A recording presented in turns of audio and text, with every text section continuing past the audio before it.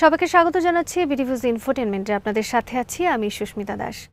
যুক্তরাষ্ট্র ও ইরানের মধ্যকার ভঙ্গুর যুদ্ধবিরতি এখনও কার্যকর থাকলেও সাম্প্রতিক কিছু গোপন সামরিক ও কূটনৈতিক ঘটনার পর উপসাগরীয় অঞ্চলে আবারও বড় ধরনের সংঘাতের আশঙ্কা তৈরি হয়েছে। বিশেষ করে সংযুক্ত আরব আমিরাত বা ইউএইর বিরুদ্ধে উঠে আসা অভিযোগ তারা নীরবে ইরানের ভেতরে সামরিক হামলা চালিয়েছে, যা পুরো অঞ্চলের নিরাপত্তা হিসাবকে পাল্টে দিয়েছে।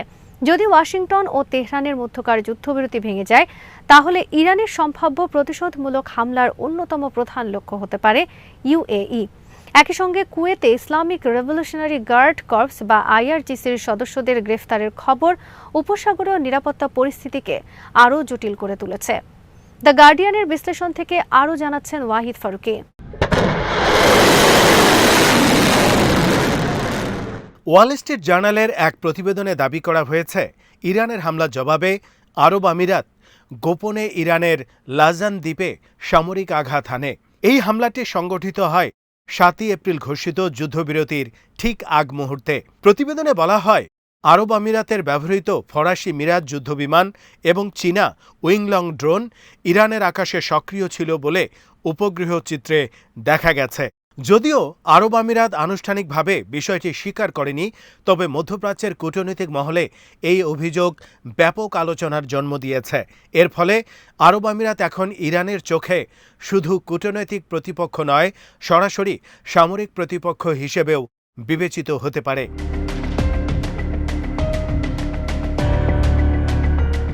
এই পরিস্থিতি এমন এক সময় সামনে এসেছে যখন মার্কিন প্রেসিডেন্ট ডোনাল্ড ট্রাম্প বলেছেন, ইরান তার পারমাণবিক কর্মসূচি নিয়ে যুক্তরাষ্ট্রের দাবির প্রতি নমনীয় না হওয়া পর্যন্ত যুদ্ধবিরতি সুতার উপর ঝুলছে। একই সময়ে মার্কিন প্রতিরক্ষা দপ্তর জানিয়েছে, ইরানের সঙ্গে সংঘাতের ব্যয় বেড়ে প্রায় $29 বিলিয়ন পৌঁছে গেছে। 2 সপ্তাহ আগে হিসাবের তুলনায় এটি $4 বিলিয়ন বেশি। এই বিপুল ব্যয় এবং দীর্ঘস্থায়ী সংঘাতের আশঙ্কা ওয়াশিংটনের ওপরও চাপ বাড়াচ্ছে। ইরান ইতিমধ্যেই উপসাগরীয় অঞ্চলে আরব আমিরাতকে অন্যতম লক্ষ্যবস্তু হিসেবে চিহ্নিত করেছিল। ফেব্রুয়ারির শেষ দিকে শুরু হওয়া সংঘাতে আরব আমিরাতে তেল স্থাপনা ও বন্দরগুলো লক্ষ্য করে একাধিক ক্ষেপণাস্ত্র ও ড্রোন হামলা চালানো হয়। ইরানের দৃষ্টিতে আমিরাত ছিল এমন একটি আরব রাষ্ট্র যারা শুধু যুক্তরাষ্ট্রের ঘনিষ্ঠ মিত্র নয়, বরং প্রকাশ্য তেহরান বিরোধী অবস্থান নিয়েছে। বিশেষ করে ইসরায়েলের সঙ্গে সম্পর্ক স্বাভাবিক করতে আব্রাহাম অ্যাকর্ডের স্বাক্ষর করার পর থেকে আরব আমিরাতকে ইরান একটি শত্রু ভাবাপন্ন শক্তি হিসেবে বিবেচনা করতে শুরু করে।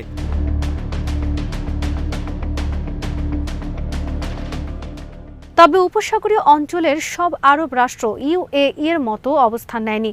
সৌদি আরব, কাতার এবং ওমান তুলনামূলকভাবে বেশি সতর্ক কৌশল অনুসরণ করেছে।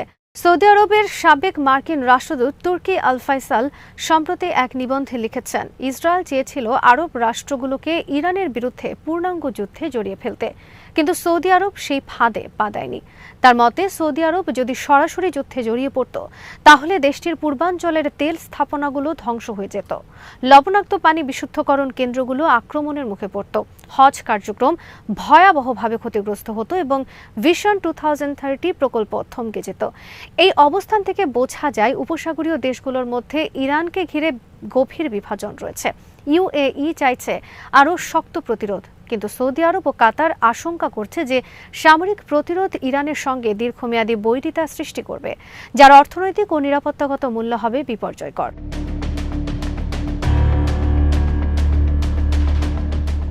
এদিকে কুয়েতে নতুন উত্তেজনার সৃষ্টি হয়েছে। দেশটির সংবাদ মাধ্যম জানিয়েছে, আইআরজিসির অন্তত 4 সদস্যকে গ্রেপ্তার করা হয়েছে, যারা মাছ ধরার নৌকায় ঘুরে কুয়েতের বুবিয়ান দ্বীপে প্রবেশের চেষ্টা করছিল। কুয়েত সরকার অভিযোগ করেছে, তারা সন্ত্রাসী হামলার পরিকল্পনা করছিল। এই দ্বীপটি কৌশলগতভাবে অত্যন্ত গুরুত্বপূর্ণ, কারণ এটি পারস্য সাগরের প্রবেশমুখের কাছাকাছি অবস্থিত। কুয়েতের পররাষ্ট্র মন্ত্রণালয় ইতিমধ্যে ইরানের রাষ্ট্রদূতকে তলব করে ঘটনার ব্যাখ্যা চেয়েছে। যদিও ইরানি গণমাধ্যম এখনও ঘটনাটি নিয়ে কিছু প্রকাশ করেনি, তবে ইউএই কুয়েতের প্রতি সংহতি প্রকাশ করে আইআরজিসির শত্রুতামূলক ও সন্ত্রাসী কর্মকাণ্ড প্রতিহত করার আহ্বান জানিয়েছে।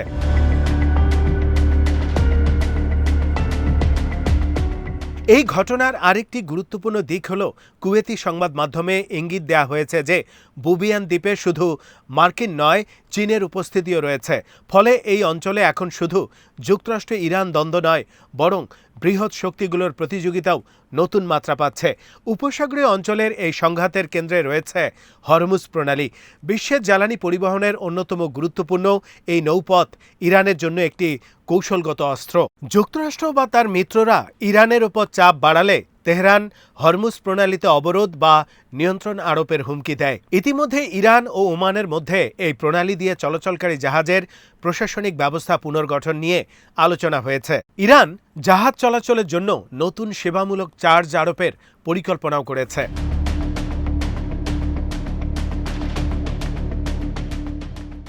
ইরান মনে করে উপসাগরীয় কিছু আরব রাষ্ট্র তাদের আকাশসীমা ও মার্কিন ঘাঁটি ব্যবহার করতে দিয়েছে যাতে যুক্তরাষ্ট্র ইরানের ওপর হামলা চালাতে পারে। যদিও এসব দেশ প্রকাশ্যে নিজেদের নিরপেক্ষ দাবি করে আসছে, তেহরানের গোয়েন্দা মূল্যায়ন ভিন্ন। এই অবিশ্বাসী এখন পুরো অঞ্চলকে এক অদৃশ্য যুদ্ধের দিকে ঠেলে দিচ্ছে। যুক্তরাজ্য সহ ইউরোপীয় দেশগুলোর সামরিক উপস্থিতিও এই সংকটে নতুন মাত্রা যোগ করেছে। ব্রিটিশ ও অন্যান্য ইউরোপীয় বিমান বাহিনী উপসাগরীয় মিত্রদের প্রতিরক্ষায় সহায়তা করছে। তবে ইউরোপীয় সরকারগুলো তাদের জনগণের কাছে এটিকে নিরপেক্ষ মিত্রদের রক্ষা হিসেবে তুলে ধরছে, যেন তারা সরাসরি যুদ্ধে জড়িত নয়। বাস্তবে এই সহায়তা ইরানের দৃষ্টিতে পশ্চিমা সামরিক জোটের অংশ হিসেবেই বিবেচিত হচ্ছে।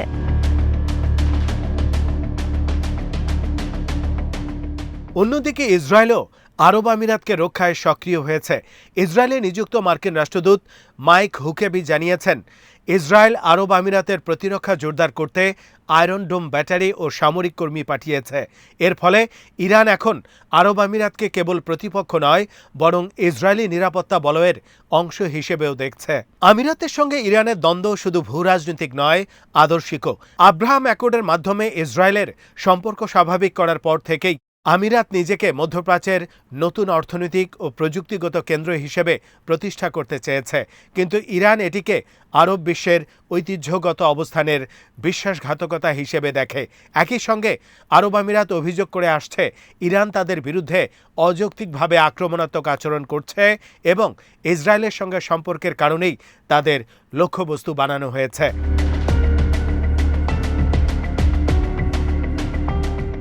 সাম্প্রতিক হামলাগুলোর কারণে আরব আমিরাত ইতিমধ্যে বড় অর্থনৈতিক ক্ষতির মুখে পড়েছে।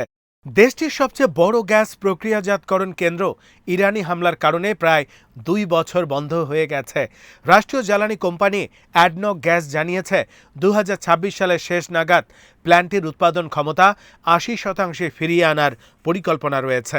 আর পূর্ণ সক্ষমতায় ফিরতে 2027 সাল পর্যন্ত অপেক্ষা করতে হবে।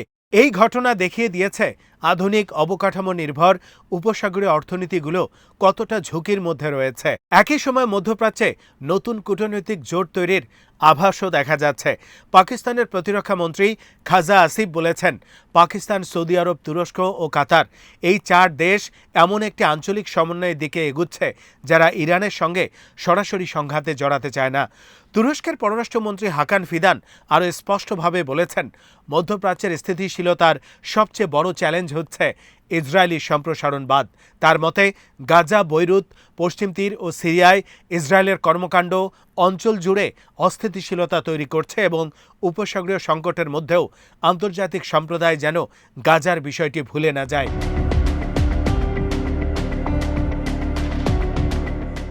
এই অবস্থান থেকে বোঝা যাচ্ছে মুসলিম বিশ্বের ভেতরেও এখন 2টি ভিন্ন ধারা তৈরি হয়েছে।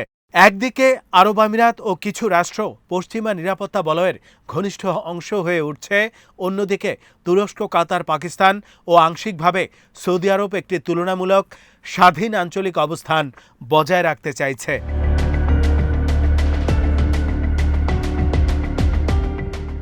সব মিলিয়ে মধ্যপ্রাচ্য এখন এমন এক অনিশ্চিত বাস্তবতার মধ্যে দাঁড়িয়ে আছে, যেখানে যুদ্ধবিরতি থাকা সত্ত্বেও যুদ্ধের অবকাঠামো অটুট রয়েছে। গোপন হামলা, প্রক্সি অপারেশন, কূটনৈতিক বিভাজন এবং জ্বালানি রুটের নিয়ন্ত্রণ সবকিছু মিলিয়ে পরিস্থিতি যে কোনো সময় পূর্ণাঙ্গ সংঘাতে রূপ নিতে পারে। যদি যুক্তরাষ্ট্র ও ইরানের মধ্যে আবার সরাসরি যুদ্ধ শুরু হয়, তাহলে সেই যুদ্ধ আর শুধু 2 দেশের মধ্যে সীমাবদ্ধ থাকবে না, বরং পুরো উপসাগরীয় অঞ্চল এক ভয়াবহ অগ্নিগর্ভ পরিস্থিতিতে নিমজ্জিত হতে পারে। আজ এখানেই শেষ করছি। সমরাস্ত্র, প্রতিরক্ষা, কূটনীতির নানা তথ্য জানতে চোখ রাখুন বিডিভিউজ ইনফোটেইনমেন্টে। চ্যানেলটি ভালো লাগলে সাবস্ক্রাইব করুন, সংযুক্ত থাকুন আমাদের ফেসবুক পেজে।